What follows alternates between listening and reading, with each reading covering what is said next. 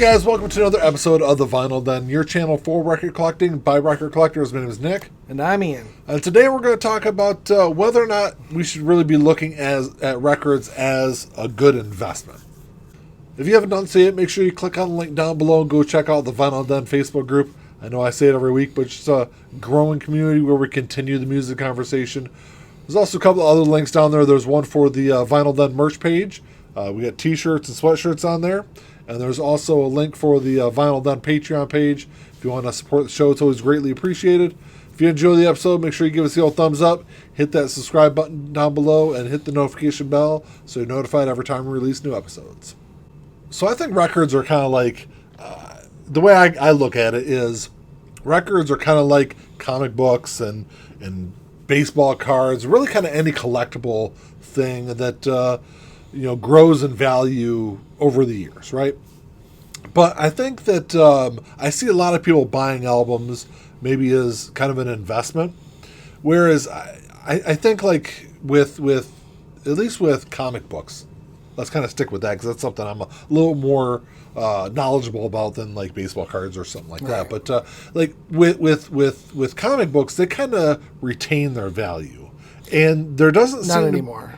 Well, okay, they did for a long time until just about the 90s. Yeah, is when they stopped because they just started mass producing them. Yeah, everything. But still, like I'm talking, so older records. I'm sorry, older comic books. Mm-hmm. They've kind of retained their value and they've grown in value.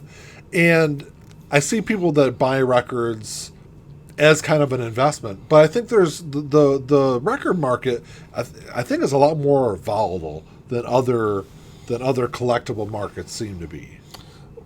Well, it's a bit more specific because comic books, I mean, you can go and spend $10 and buy, 3 comics now. But back in the day, say in the 90s, you could spend $10 and buy 6 comics or 5 comics and just casually pick them up cheap. You can't really do that with records. I mean, you can if you're buying used, but you're not going to find used records cheap that are worth anything. Yeah. So, yeah, I don't know. I've seen this huge growth as far as like valuable albums over the last several years, but I'm not really sure how sustainable that is for the long run. Whereas like if you've got like an early Superman comic book, that's kind of retained its value and hasn't really, as far as I know, hasn't really had huge ups and downs as far as value has gone. But if you have an early, let's say, even if you have a Led Zeppelin 2 RL pressing, there's grading that goes into that. There's how it's cared for, how it's kept. And that applies to comic that does apply to comic books also. But I think like the overall value of those albums really kind of fluctuates and goes up and down, and you can see them be low for a long period of time, then a huge spike, and then they're kind of worthless after that.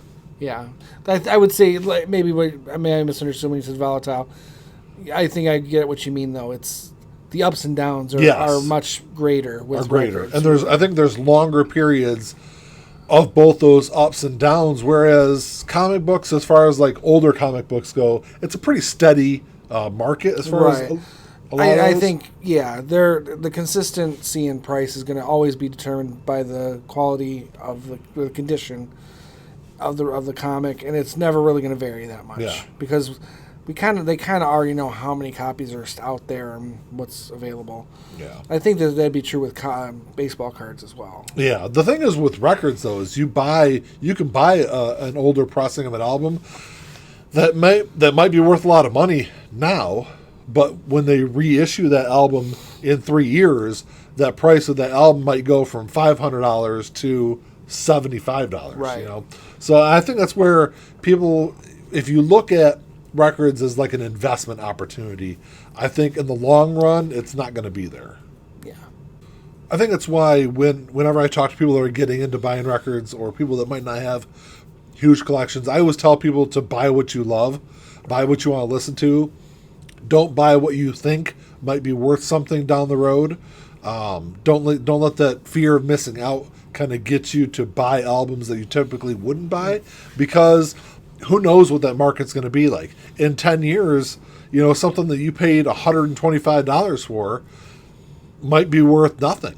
And that's where I think the comic book industry and the record industry is very similar now, because if, say, Record Store Day, they have a limited run on X band's record.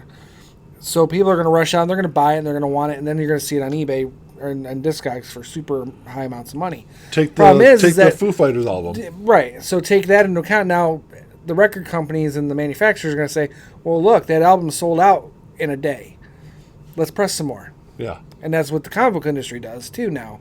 They have a set run. If it all sells out, they're just going to do 2 or 3 more runs. And then the value of that comic book is gone.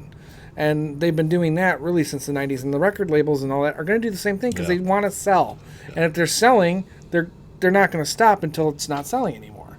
So the value is in limited quantities. The faster they'll sell, because if people are buying them up as investments, they're not going to be worth anything. Yeah.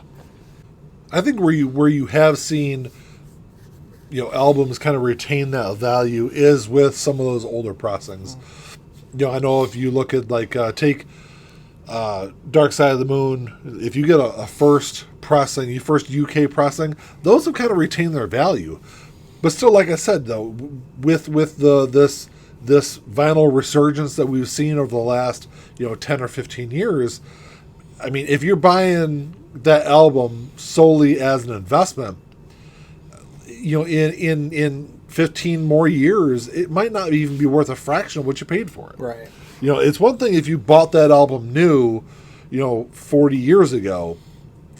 Actually, it's 50 years ago now. Yeah, just about. Almost. But if you bought it back then at say, whatever the standard price was, $10 or whatever it was, and you've held on to that, that's a good investment. You'll definitely make your money back out of that if you've held on to it that long, and if it's in good condition. But I've seen those things going for $400 or $500 on Discogs, and it's hard to think. It's hard to look into the crystal ball and see X amount of years down the line you're going to be able to get something out of that. Right. It's the same thing with my record collection. Yeah, it might be worth X amount of dollars, because if you go on Discogs, if you have all your records cataloged on Discogs, like this guy doesn't, but I got 65%. Yeah. If you go on Discogs, it gives you an average value of your record collection. And if people might look at that and see, oh wow, years down the line, after I'm gone, maybe my kids can sell my record collection and help pay for a house or something like that. I think that that might be kind of a bad way to look at it also, because it might be worth say $50,000, $60,000, $70,000, but it's the same thing with like baseball cards back in the 90s. It might be worth that, but it's only worth what someone's willing to pay for it. Yeah, well, if any of you have ever watched Pawn Stars, then when someone brings something in that might actually have some value, they'll bring in an expert. The expert will say, "Oh yeah, you could get $10,000 at auction," and then they'll leave, and the person who brought it in is like $10,000. No, the guy who's buying it from you is going to give you $3,000 because they're going to make $10,000. Yeah, exactly. So yeah, I think ultimately, just kind of focusing on stuff you like, stuff you enjoy listening to, and maybe not so much looking down the line as it being an investment opportunity might be a better way. Because if you want to invest that money, instead of buying records, there's other better investments out there, more sound investments to make your money into or sink your money into than records are. Just because, like I said, because the way the market has gone record-wise for the last 15 years, who's to say how much longer that's going to go? I know we've done an episode previously about whether or not we thought we were in a vinyl bubble, and whether or not we think it's really sustainable, especially with the rising cost of vinyl. Down the line, if that rising cost kind of continues, I've seen single LPs going brand new are selling for $45, $50. Yeah. So I think that that trend could kind of push newer collectors out. And if there's not newer collectors coming into the vinyl market, eventually we're all going to die off, and that market's not going to be there anymore, and they won't have the value. It's like anything else. I mean, the back issues, the re-releases and all that, like you said, I mean, not that we're going to die off. We're already going to have it. Yeah. So if, like you said, if you don't get new people in, there's no market. I mean, that would be good for the investment side of it. If the vinyl market crashes, that's good for investment. But we don't want that to happen. Yeah. So, well, I don't know if it is good for investment, really, because if there's not a market for people to buy those, but there will be a market for the people who still want those things. Who, if you know what I mean. Yeah. The same thing happened when the vinyl market ended before. There was a market for people who didn't want to switch to CDs. And, yeah, but if you take let's say Appetite for Destruction first pressing with the variant cover. The variant cover. A U.S. pressing, there's fewer of those made. If you wanted to go find one of those in 2002, it's going to be a lot cheaper than what it is now in 2021. That's what I'm saying, though, is if the market's not there, I see what you're saying, there's still value in the albums, Yeah. but it's not going to be at the same level, I think. Right. Well, that's all we got for you today, guys. Thanks for checking the show out. Drop us a comment down below and let us know what you guys think, whether or not you think records can be a viable investment opportunity. I guess I don't really see it. Maybe that's just me. I don't know. Let us know what you guys think. If you enjoyed the episode, make sure you give us a thumbs up. Hit that subscribe button down below. Hit that notification bell. And that's all I got. Until next time. Talk to y'all later. Keep on spinning. Peace.